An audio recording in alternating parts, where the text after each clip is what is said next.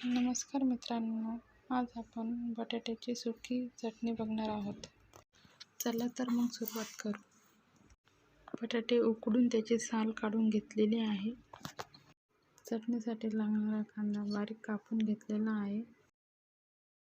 मिक्सरमध्ये हिरवी मिरची लसूण बारीक करून घेतली. आता फोडणीची तयारी करूया. त्यात मोहरी, कढीपत्ता, जिरे घालून घेऊयात.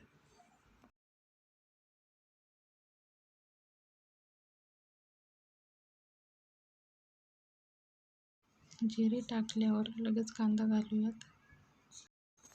कांद्याला लाल कलर येईपर्यंत फ्राय करून घेऊयात. बघू शकता इथं कांदा लाल झालेला आहे.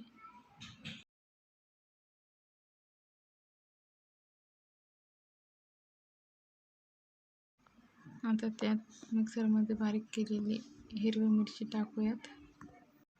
हिरवी मिरची थोडी लाल कलरची झाली आहे, तीच मी बारीक केली आहे.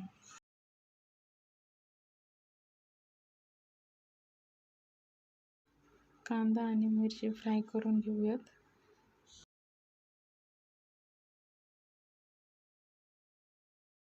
बघू शकता मिश्रणाला छान कलर आलेला आहे. चला आता त्यात आपण अर्धा चमचा हळद घालून घेऊयात. सर्व मिश्रण एकजीव करूयात. बघू शकता इथे मी उकडलेले बटाटे कट करून घेतलेले आहे. बटाटे थोडे कच्चे शिजवले होते, जेणेकरून कट करता येतील. आता बटाटे मिश्रणात टाकून घेऊन छान फ्राय करून घेऊयात.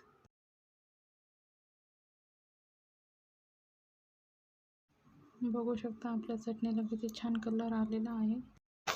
वरतून मी त्यात वाळवलेली कोथिंबीर घालत आहे, कारण उन्हाळा असल्यामुळे कोथिंबीर लवकर खराब होते, म्हणून मी ती वाळवून ठेवलेली आहे.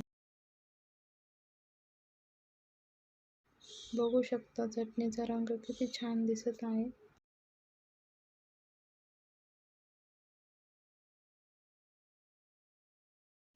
तुम्ही देखील या पद्धतीने बनवून बघा, नक्की आवडेल तुम्हाला.